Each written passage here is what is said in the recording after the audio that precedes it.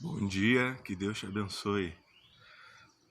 Agora há pouco eu estava lendo uma conversa, que é uma conversa mais profunda e interessante, que eu acho, entre Jesus e uma pessoa, que é a conversa dele com o Nicodemos. Nicodemos, como você talvez saiba, fazia parte do Sinédrio, era um fariseu, e ele começa a perceber que essa figura contraditória, uma figura que é alvo de vários debates, pode ser o Messias prometido a Israel. Ele percebe que os seus milagres, tudo que ele faz, os sinais, eram verdadeiramente as credenciais do Messias. E ele encontra com Jesus à noite, talvez com o receio de ser visto com ele, já que boa parte dos seus amigos, né, e colegas ali do Sinédrio eram contra o ensino de Jesus e a pessoa de Jesus. E ele encontra Jesus à noite e faz uma declaração a ele totalmente irracional, uma declaração de fariseu, de um mestre da lei. E diz: Mestre, eu sei que você é vindo de Deus, porque ninguém pode fazer essas coisas se Deus não for com ele.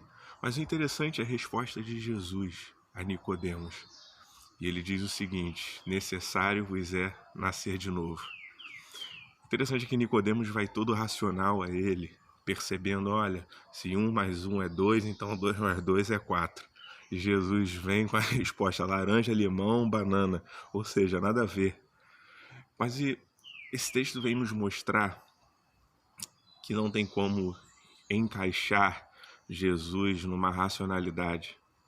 Não tem como compreender Jesus totalmente pela razão e pela lógica, pela nossa cognição, porque ele é muito mais profundo do que isso. É muito mais incomensurável, é muito mais perfeito do que a nossa razão humana. Não adianta você estudar, ter doutorado, são todas coisas muito importantes. Entender os originais da Bíblia, o grego e o hebraico. É impossível entender Jesus completamente por esses rudimentos. Jesus é muito mais profundo do que isso. E ele fala com Nicodemos: se não nascer da água e do Espírito, não pode entrar no reino de Deus. O que é nascido da carne é carne, o que é nascido do Espírito é Espírito. Muitas vezes as pessoas querem entender Jesus pela lógica, pela razão, mas acontecem muitas coisas irracionais com a gente, coisas que nós não conseguimos entender. Essa semana agora que passou, morreu 2 pastores aqui no meu bairro, Jardim Palmares. E talvez essas igrejas tenham se perguntado o que aconteceu. Por que pessoas de Deus morreram? Por que pessoas de Deus estão morrendo? Por que familiares estão partindo? Por que essa doença tem matado tantas pessoas? Por que pelo menos os crentes não estão sendo protegidos, né, como muitos pensam? Por que esse momento que estamos vivendo? Quero dizer para você que Jesus não se encaixa na nossa caixinha racional, na nossa caixinha lógica. Para entender quem Jesus é, temos que ter experiências profundas com Ele. E essas experiências só vive quem nasceu do alto, como diz o texto no original. Quem nasceu de novo, quem foi regenerado, quem foi tocado por Deus de tal forma que o interior foi transformado num caminho sem volta, na qual todo esse caminho as coisas passam a fazer sentido, e nesse caminho a gente não tem controle.